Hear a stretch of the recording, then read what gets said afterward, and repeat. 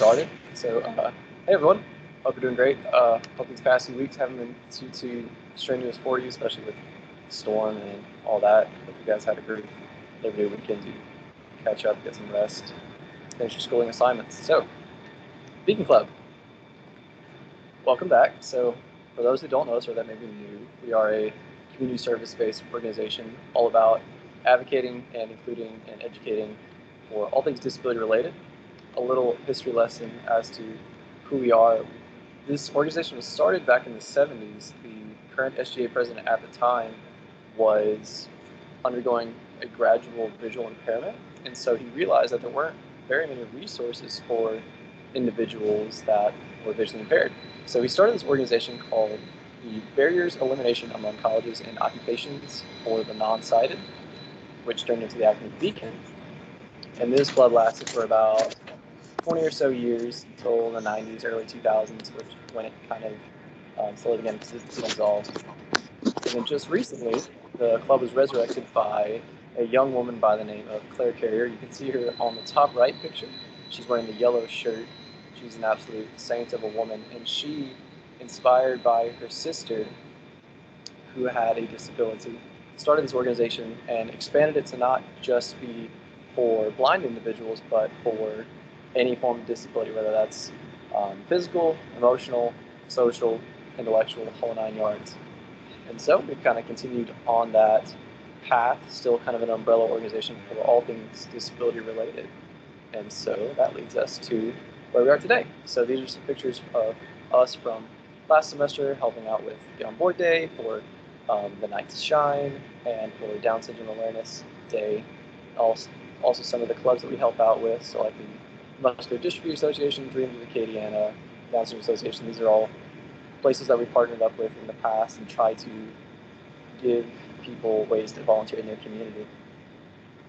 And so, getting right into it, well, actually, before we get right into it, so our current e-board it runs from this fall to the spring, and we have mostly the same people as last semester. However, we have a few role changes. So Hiba, which she used to be the president, is now also the president. So we have, count them, 2 presidents. And she has some really wonderful ideas for how she would like to contribute to this organization. And there's myself, Caroline Muir, as the vice president, who has been sending out the weekly emails. If you guys have received those, okay. And Maria is the secretary. Macy is our fundraising coordinator, who put on a give back night for tomorrow, which we will get back to later. Emma, which is our PR director, who does a lot of work in disseminating our information to the public, is currently helping to plan a really fun event for November. Lindsay and Natalie are our social media committee, so if you follow us on any social media platforms, you'll see all the good work that they do. And Vivian, Peyton, Mary Frances, and Lauren are the women responsible for how we get our community service opportunities. So they're the ones that reach out to the different organizations and find different ways that we can help out. So some quick housekeeping. If you are not a member of Beacon on Engage, please join. You can access it through ULink under Campus Services, and it is how we send our weekly emails. It's also how we can check our roster to make sure that people are invited to meetings and all of the other information that we put out. If you have any friends or family that would love to join, just send that their way so they can join and engage. We can approve their membership and get them on board. So active membership, for those who were here last semester, we kind of briefly talked about it. For any new members, Beacon Club has no set in stone standards for membership. We want to take people where they are. We know that not everyone has time or finances to give to organizations. So we really just want to encourage anyone, as much as you can do, that's how much we would love. However, if you desire to be an active member, so an active member is one who can run for office. So on the previous slide, we just went over all the different roles of e-board. If you have a desire for a leadership opportunity like that, then you have to be an active member. So being an active member entails 5 service hours that are aligned with Beacon Club's mission of including, advocating, and educating in disability-related matters. And some ways to get those hours: every meeting you attend is 1 hour. You take role, so we know when you're here. Every volunteer opportunity that we send out, every hour spent is 1 service hour. So some things like Night to Shine, that's 2 to 3 hours. So if you did that and then attended 1 or 2 meetings, then you've already made it. So that's not a huge time requirement. Going to Give Back Nights, every $10 you pay is a service hour. We'll kind of touch on that a little bit later too. Paying your dues, that counts as 1 service hour. And if we ever do a donation drive, then items that you give also count for 1 hour. And so you can also, even if it's not directly through UL or through Beacon Club, if you have done something, say over the summer that kind of aligns, so like if you helped out with the Dreams Foundation Acadiana Camp or something similar to that back home, we have a form that you can fill out and submit to us that allows us to see like, hey, you already did some work, and that will already make you an active member for this semester. Active membership is on a semesterly basis, not a year basis, so it's 5 service hours and the dues for the fall, and then same thing for the spring. The dues are going to be $5, so you can either pay dues with cash or Venmo at the I guess username, that's what you call it, right there. If you love to be an active member, have a desire to serve, but can't make that financial commitment, please just reach out to either me or Hiba or Caroline. We will work with you. I don't want money to be what's stopping people from assuming a leadership position or taking those extra responsibilities that come with the executive board. Additionally, for any new members out there, all of our meetings are recorded and posted on YouTube. So towards the end of the PowerPoint, we'll have all of our social media that you guys can see. And so if you have any interest in seeing the topics we covered before, a quick rundown, we covered various physical disabilities, including visual impairments, I believe it was multiple sclerosis, and traumatic and acquired brain injury. We've covered cognitive disabilities such as intellectual disability. We've covered a few others here and there. It escapes me at the moment, but we have 4 meetings that are posted on YouTube if you'd like to see that, or if you have any friends that kind of want to see what we do or what we talk about, then those are accessible to you as well. Our quick announcement before we start our actual meeting. So tomorrow is Get On Board Day. So if you guys would like to help, since you guys are already in the club, you don't need to sign up for it. But if you'd like to volunteer your time to represent our organization for others, to kind of help bring other people in, to give your personal experience of maybe there's some of the things you've learned or some of the things you've gotten to do with the volunteer opportunity you provide, we could really use the help. I believe we only have 2 people signed up for it, and any help would be greatly appreciated. That's also a wonderful way to start your service hours if you want to be an active member. We can only have 2 people tabling at once, so it's not a very, there's not a lot of race or competition for that, It's just, if you can serve, we'd love to have you there. So, our topic for today is assistive technologies, and that is kind of an umbrella term for any technology that helps a person with some task, whether it be mobility, communication, just something that can either improve or make life easier to some capacity. And so, who uses them? Everyone. Every single person, every one of us is using assistive technology at any given time in a day. And we'll get into that in just a little bit.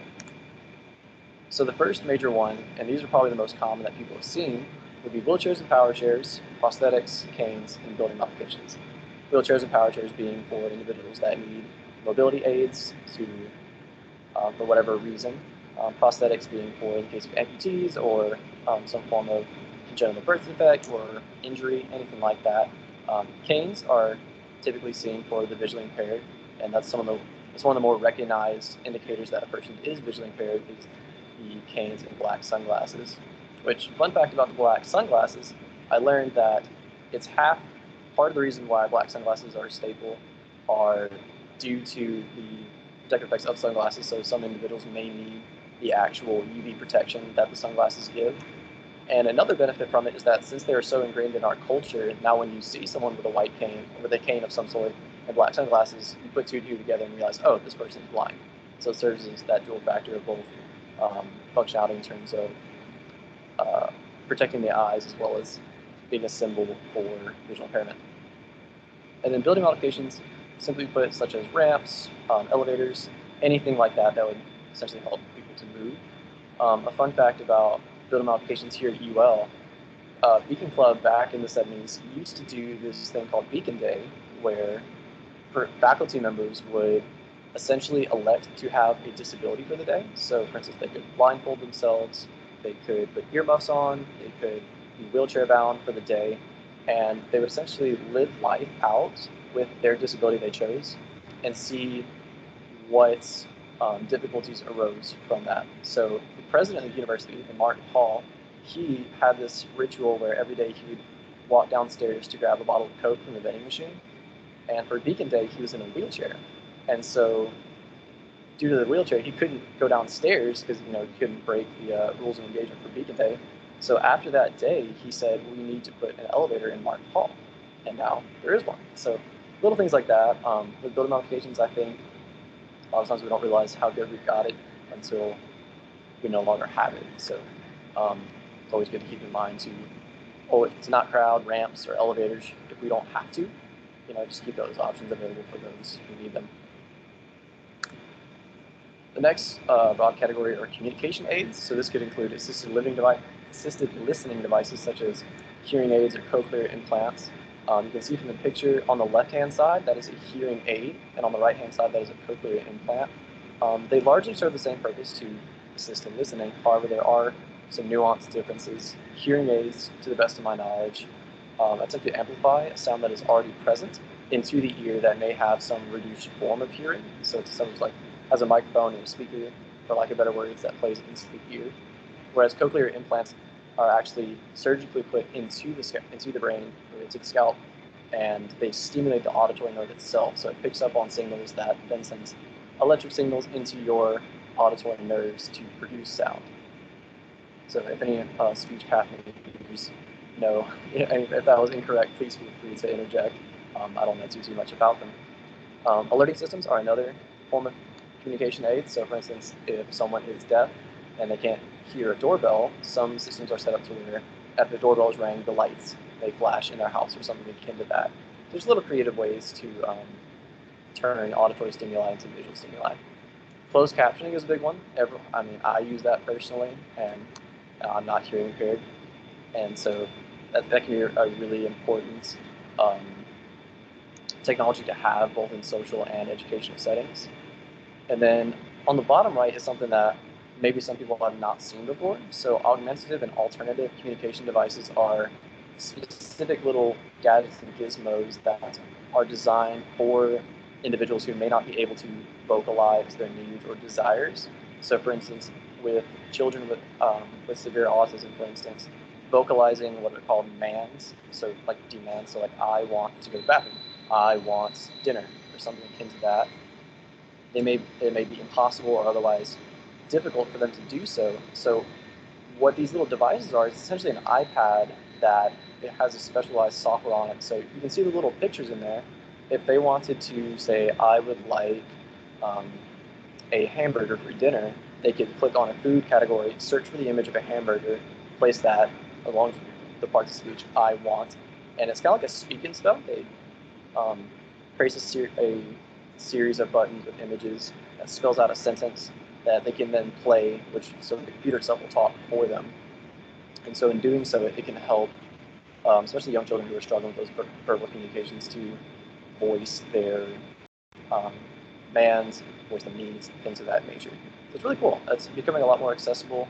It used to be really hard to get your hands on these, and they're still multiple $1,000s potentially, but things are coming around for them.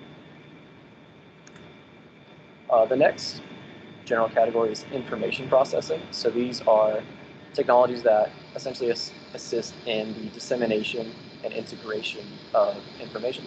So in the top left, that's I believe it's called a personal data assistant. I could be wrong on that. It was more popular back when smartphones weren't a thing, but for instance, if someone received was in an accident, so they received traumatic brain injury, having a little device such as this to manage schedules, checklists, reminders, things like that, to essentially help out with the cognitive strain that comes with daily life. I know for me personally on my phone, I've fallen in love recently with the Reminders app, because otherwise I would forget so many things. So that's one example of how we all use use assistive technology in some capacity. Another thing that people might not have thought about is what are called cognitive aids. So in the top right, you can see that it's kind of blurry, unfortunately, but that is a flowchart / diagram used in medical settings. So it assists in, okay, if I receive a patient in this form or in this shape, what do I do, or what are the steps to take? And it outlines that very neatly rather than someone just trying to recall it from memory. So essentially like a study guide. That's another form of cognitive aid that can be really beneficial, especially for individuals with intellectual disability who may struggle with the working memory required to perform some of these more complex tasks. Having it labeled out in such a way in order that they can follow it, track along with it, check it off, things like that. And if you ever know someone that may fall into that category of that they need help with various tasks, or that perhaps they've been forgetting things that are important to them. So looking into little things like that, little programs on your phone or computer, or just paper and pencil and graphs and all that good stuff can really help out with those struggles. The bottom is a really cool device that I've only seen a few times, and it's so cool to see. It's a screen reader, so essentially for visually impaired individuals, it's like a computer extension that it reads the information on a screen, and then you can kind of see at the very bottom, there's those little white dots. That is Braille that will change. So it'll read the top of the screen, display a Braille image, they can read what's on it, and then it'll periodically, they can scroll around using the little blue tabs with their fingers, and then the Braille will change. It'll pop up, pop down, and alter itself, and it's super cool to watch so that individuals with visual impairment can navigate the internet. And so, yeah, that's something that's accessible as well, a lot more accessible now, especially in the days of computers and video calls and all that. So it's a really cool thing to see. All right, so now I'm going to turn the microphone over to Hiba, and she will show us how we can make learning more accessible online. Hi all, so I'm Hiba, and yeah, I just want to talk about some tips that you could use for your own presentations or for your teachers' lectures, things to point out, and things that you can share with someone that you think might need them. So first, what I want to talk about is through Zoom, you can request captions and transcripts of the person speaking. So how this happens is basically like once the meeting starts, it usually pops up whether you want to request closed captioning and a transcript. And so even if that's not necessary for you, it can be really helpful to request these. And it's such a simple thing, yet someone in the class who may not even know that this feature exists can benefit so greatly from it. Okay, and then next I want to talk about Microsoft Teams. So something really cool about Microsoft Teams is that it has a feature called Immersive Reader. So what Immersive Reader does is it allows chats, documents, and assignments to be read out loud with, and then the student can control the speed. And then it also allows for an improved reading experience through line focus. So it'll block out all of the information except for one line at a time. And then it also has a picture dictionary, and you can enlarge the text to any size to make it easier to read. And so another thing that we can all do or suggest to our professors is to ensure that all documents are OCR searchable. So this helps not only blind and visually impaired students, but also students with learning disabilities such as dyslexia, who may prefer to hear the text out loud. And then if you're wondering how this is done, you can, there's like a bunch of converters online where you can, there's like free PDF to OCR searchable document converters online. And then on a more general note, try to use for your presentations, for your PowerPoints, try to use a bold font onto a plain solid background for both virtual and physical documents. And try not to have like a huge block of text. Instead, limit your the amount of text you have on each slide or on each page. And if you are presenting something in front of a large audience, a lot of sources recommended making sure that all of your text was visible from like the back of the room. So that's a good way to measure to be able to know that everyone in your audience or all the people in your class can have a good experience while you're presenting. So also for all of your videos, anything you include in your presentation, or if your teacher is presenting something with a video, you can always just make a note to ask for closed captions for yourself or for other people in the in your class. And in your own presentations, always pair videos with a text description for of a text description of the content for any screen readers. And as well as some tips for class, I would say to be sure to consistently monitor the chat as well as questions spoken aloud. If a question is like skipped over in the chat, if your teacher's like hasn't checked the chat in a while and someone asks a question, you never know why they're asking in the chat. So I would always recommend speaking up, saying there's a question in the chat, or just saying, hey, could you check the chat? And a lot of people also use the raised hand function, and there could be a lot of reasons behind that. So also saying that, oh, maybe like someone has their hand raised. This all helps out students and keeps the class accessible for all students and allows all students to have their questions answered and have their comments heard. And this link below is where I got a lot of this information. So if you're looking for more information on any of these things, be sure to check the link out, the link at the bottom. But yeah, that's all I had to say. Awesome. And I think that's so topical right now. Just trying to ensure that, especially during COVID times, that everyone receives that equal access to education, to make it to where it's not an unfair playing field. So thank you so much, Eva. All right, so now we're going to turn our attention to our celebrity guest speaker, Mr. Scott Crawford, who is the instructional supervisor at Affiliated Blind of Louisiana. So, Mr. Crawford, it's wonderful to finally see you. Essentially, just what are some knowledge, some wisdom about how we can keep assistive technology in our minds when interacting with others, especially like so if we see someone with a cane or with a hearing aid or something of that nature, what are some things that we could keep in mind to be better advocates and better friends? Okay, first I need to ask, how long do I have to talk? Do you want the 15-minute version or the 4-hour version? Let's not do 4 hours, unfortunately. As much as I'd love that, let's shoot for about 15-20 minutes. 15-20 minutes, okay. All right, so one of my hats is as an orientation and mobility specialist, and that basically is the person who teaches a visually impaired person how to travel, how to get from point A to point B without getting lost, without getting run over, without getting hit by a car, falling off the Grand Canyon, whatever. And probably some of the first suggestions I would give the general public. One, make sure that you talk directly to the person that you're talking to. If you're talking to the visually impaired person, don't talk to me. If it's a question for them, ask them, not me. As the person standing there, if somebody asks me a question that's really directed at my visually impaired student, I'll just turn and look at my visually impaired student, and that gives the person talking to me the idea that, hey, I should be talking to them, not to the instructor.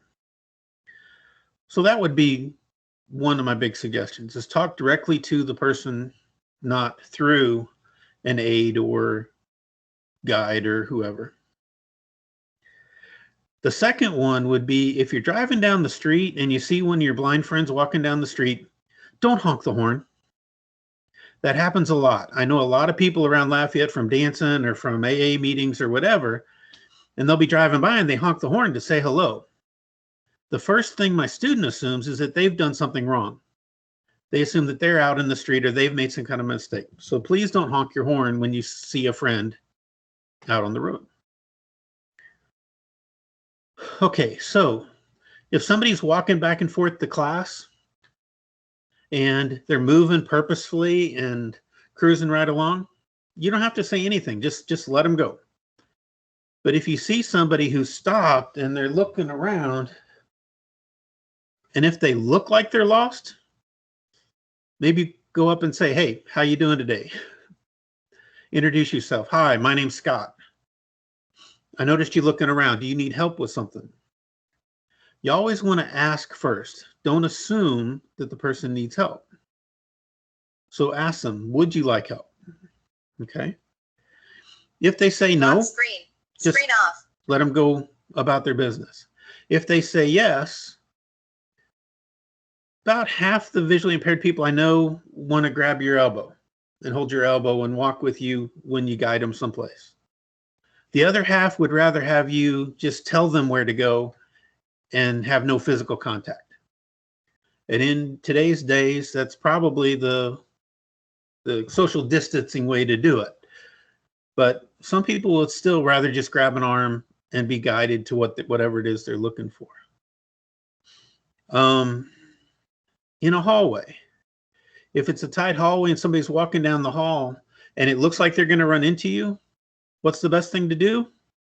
Say hello. If you say hello, they might know you're there. They may not assume you're talking to them, but it'll give them the idea that there is an obstacle in their path. So say hello. All right. That being said, most of the students that I work with know where they're going. But every day, once in a while, you can have a bad day and get into a crowd or have something odd put in place. So there may be days that somebody does need assistance where they didn't normally, but because of construction or because of something weird, like the first 2 days of class, all the cars on Rex were running in the wrong direction, which really messed up our trying to teach what I was trying to teach about the streets. So there may be some days when people need to ask for help. All right, I'm going to stop with that and ask, does anybody have any questions about those simple suggestions? Somebody say hello so I know that I'm not talking to air.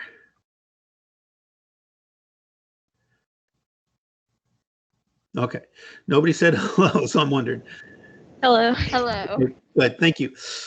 All right. Hello. Hello. So does anybody have any questions before I jump into something else? No? Okay. One of my jobs here at the center is for the I Can Connect grant. It's a grant that buys equipment for people who have a combined hearing and vision loss. So they have to be at least hard of hearing and low vision. It's a grant through the FCC. We all pay for it on our phone bills. At the bottom of your phone bill, there's a little bitty tax that's to make these things accessible for the deaf and deafblind. Well, that grant is in Louisiana is administered through Affiliated Blind, through where I work. And there's a lot of really cool things that you can get through that. I can buy phones. I could buy an iPhone. I could buy a computer. A lot of different things that I can buy. And Wade had brought up the Braille displays. So I kind of wanted to show that.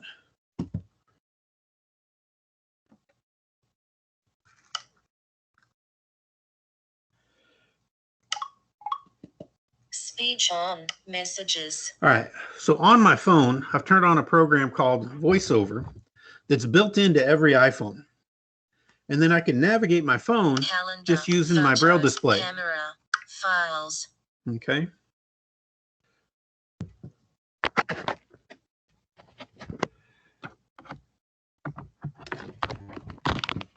Let's see how we can make this work a little better.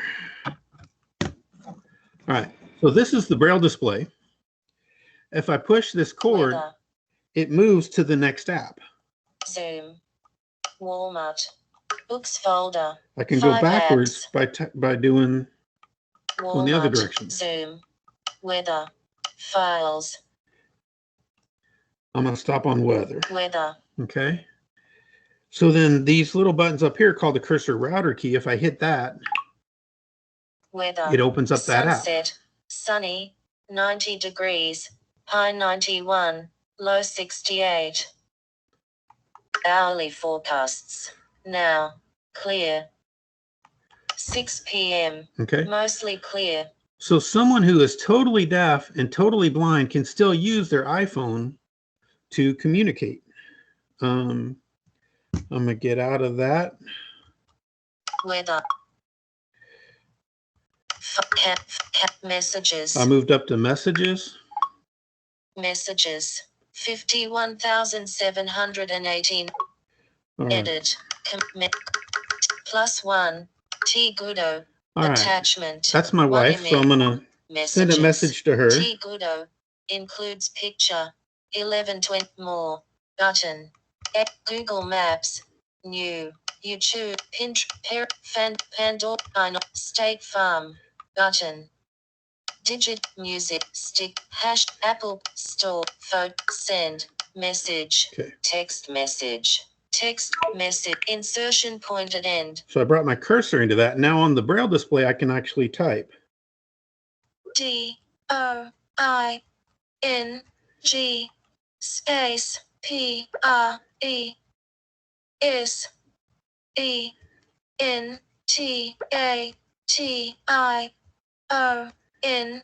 4. Oh. 4. Period. Space. WILL space BE space LATE period. Okay. So I've typed out using the Braille display what I want my message to do. I do Send. space with 4 again. Button. Gets me the send button. I hit cursor router key. Send message. And now that Send. message is sent to her. And we'll see what kind of smart aleck thing she sends back. But Message, apps, camera, messages. I can go back Your through text message. and read all my Doing messages. present. Today 60 T Gudo. Includes picture. 11:22 a.m. Button. Image. Okay. Actions So, available. You were talking earlier about wanting to send things that are editable. Well, that's just an image. Message received from T. Okay. Are you going to eat steak when you get home? Ooh, sounds good. All right, but anyway, so that's just a picture. It's an image. None of that text can be read by my Braille display. So to be accessible to someone who's blind, you would need to send the image and then maybe under it or in the next message, give a description of what it said. But I have people who are totally deaf and totally blind that every day use their iPhone and their Braille display to email, to do text messages, to go check the weather, to do their online banking, all this stuff. The iPhone is one of the most accessible devices that's ever been made. It's amazing.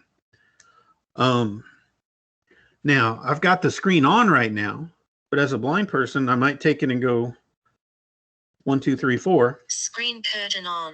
Now, that gives me a little bit of privacy. Nobody can see what's on my screen, but it's still on. Today 6:01 p.m. Heading level 1.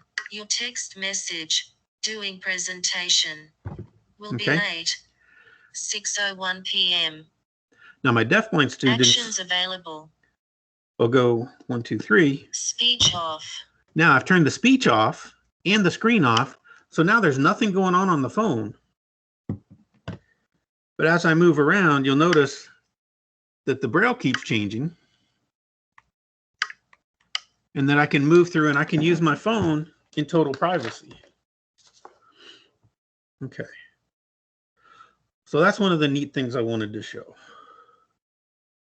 Now that was a Braille display, and basically a Braille display means it has no brain. It has to connect to something else to work. This next one is a Braille note taker. Bluetooth on, Wi-Fi disconnected, no internet, battery charging, 100%, device unlocked. Main menu, contacts, key list. So this is a Braille note taker. It's a computer in and of itself. It can do everything that a computer do. And you're getting all your information either through the refreshable Braille or from the audio. This one is unique in that if you open it up, it does have a screen. So now I can see what's going on the... Internet, Chrome, Play Store, word processor, planner, key plan. Okay. So this is really good for a lot of... Whoops. Overview, clear all. This is really good for a lot of my students because if they're working in a classroom, they can type something up on here, take it up to the professor, to the teacher, open up the thing and share it to the instructor. It could also be kicked up through a HDMI, and it can hook up to any monitor, and then you can see what's going on the screen through the monitor. All right. The next thing I want to show you, and Wade, cut me off if I go long. This is a little CCTV, and it folds up almost like a laptop, and you could put it into a laptop case.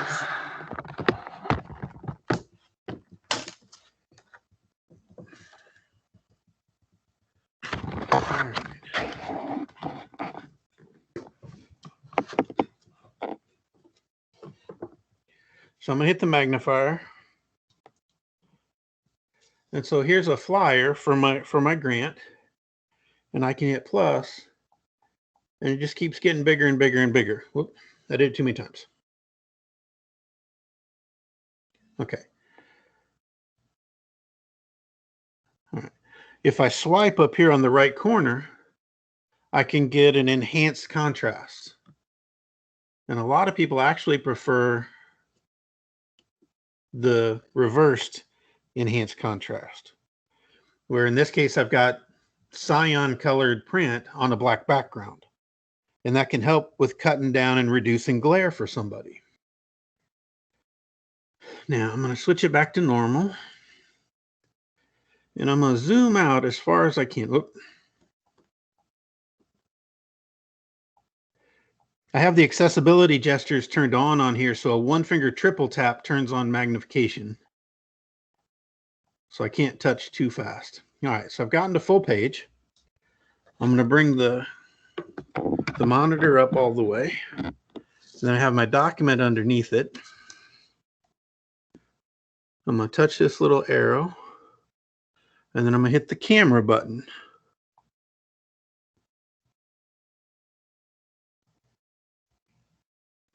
So it's thinking about it.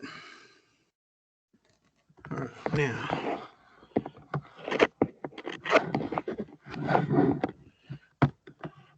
All right, now that it's finished thinking about it, I can hit the play button.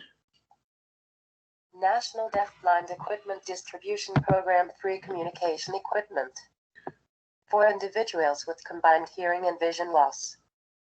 Do you have trouble with accessing plus text messages asterisk, emails asterisk, internet divided by video? Now, I stopped it just by touching and holding.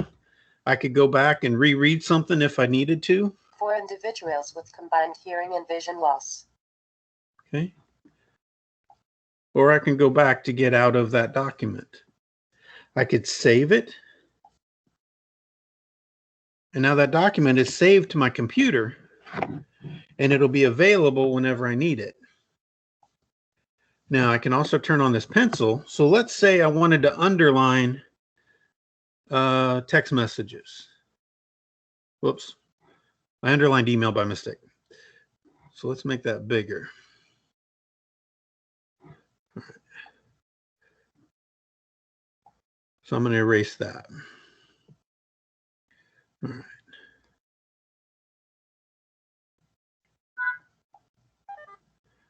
Going back to pencil.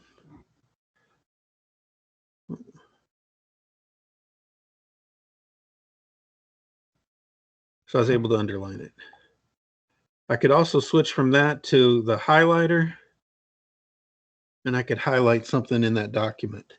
And that's all saved to the device for me to use later. So that's a closed circuit television, or CCTV.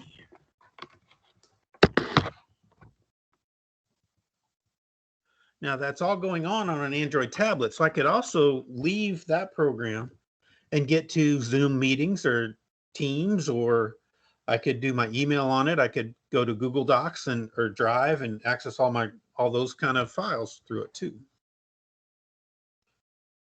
And it also has the accessibility features that are built into any Android tablet. Speech on. Screen curtain off. Okay. Message. Now, I want to show you, go back to the iPhone. A lot of people want something a little magnifier. They just need a little bit of magnification once in a while. So, Messages. all right, I just turned off my voice for this. I'm going to an app called Claro MagX. But basically, what that was doing, I'm now doing on my iPhone. So I can use this as a magnifier. And if I want to, I can invert the colors. So I could have white on black instead of black on white. I can turn on the light. That enhanced it even more. Okay. And I can zoom in and out with just a pinch in or a pinch out. And I can make it even bigger. And that's a free app anybody could download.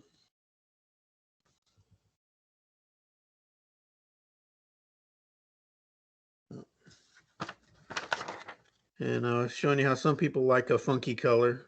So we were playing with it and came to purple on black. It was actually pretty easy for my last client to read. It was soothing. There wasn't a lot of glare coming off of that. Okay. Now, on the phone again, a lot of my students need a GPS. And there's a great free one called Lazarillo. But I'm not going to get into that. Thank you for taking the time to show us all these cool things. Oh man, that inspires me so much. I love that we're at that point in technology where we can use those devices in such a way that it provides. Oh man, that was just fascinating news. Thank you so much for showing us that. And what I love too is that Apple built all this in. You're not paying extra for a lot of this stuff. It's built into the device already. Unlike having back in the day, JAWS, which would make your computer talk to you, is $1,200. Chromevox, which is in a Chromebook, is free.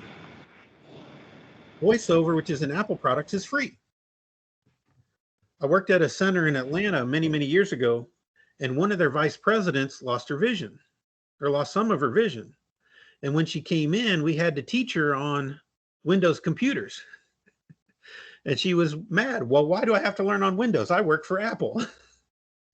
Well, Apples weren't accessible. Windows had things that could be accessible. So I think that's part of why the Apple Corporation decided all this stuff should be free. You shouldn't have to pay extra for the accessibility. It's very insightful, and I'm very glad that Apple decided to go with that route to make it to where you don't have to pay to have the same opportunities as your neighbor. And Google too. Chromebooks come with something called Chromevox. You hit Control-Alt-Z and it'll read everything on your screen to you. It's a little hard to navigate with, but you can learn to do it. Absolutely. Well, thank you so much again, Mr. Crawford. And if Beacon can ever help out AVL, we would love to help. I know there's the student orientation progress that they have. So any way that we can help, we would love to. So we're gonna get back to our meeting so we can wrap up. But that was just, oh man, I can't speak for anyone else, but I know like that was super cool to me. I adored that. All right, y'all have a good day. Thank you, Mr. Crawford. You too. All right, everybody. So, as a wrap, just follow us on social media, please. It's how our social media peeps can let you guys know about upcoming events. So, I know on our Facebook page we post a lot of good stuff. Our YouTube has our previous meetings, as we said earlier. So, please follow us, give a like and subscribe. As a quick reminder, so we have our first give back night tomorrow at Grub Burger. If you've never been to Grub Burger, it's a really good burger joint. I remember my freshman year I ordered like a hot sauce burger that they have, and I legitimately cried. So very good stuff, very good stuff. Every $10 counts as one service out, and I believe you have to mention Beacon Club while you are checking out for us to receive the funds for that. We get about 20% of the meal that someone pays for. And so the proceeds from fundraising events like these go towards creating scholarships for you guys, people that are in Beacon Club, as well as for the Office of Disability Services. So in order that we can provide students or help to provide students with technology like the ones that Mr. Crawford is showing. So that's our goal with these fundraisers. We're a nonprofit, so we try to give as much back out as possible. So there's not a specific time you have to be at Grub Burger. It's from the time they open to the time they close. So whatever time works for you. I'll be there tomorrow, probably at like 5:30. So if you want to come hang out, talk about Beacon stuff or anything at all, just stop on by. So yeah, that's about it. Our next meeting will be on October 5th, and not quite sure of the topic yet, but it'll be something cool. And then we'll talk about our Disability Awareness Week, which is a big, huge fundraiser / awareness event that we do on the 3rd week of October. So we have a lot of cool events that are planned, and we will let you guys know more about that as they come along. So that's all I have for you guys today. I hope you guys enjoyed Mr. Crawford's presentation. I know I did. I think it was super insightful and really cool to see, I guess, how the rest of the world is bettering the lives of individuals with disabilities to make sure that the human dignity is preserved in every aspect possible. So yeah, no one has any questions or anything like that. Hope you guys have a wonderful Tuesday night, and good luck with school and tests and all that.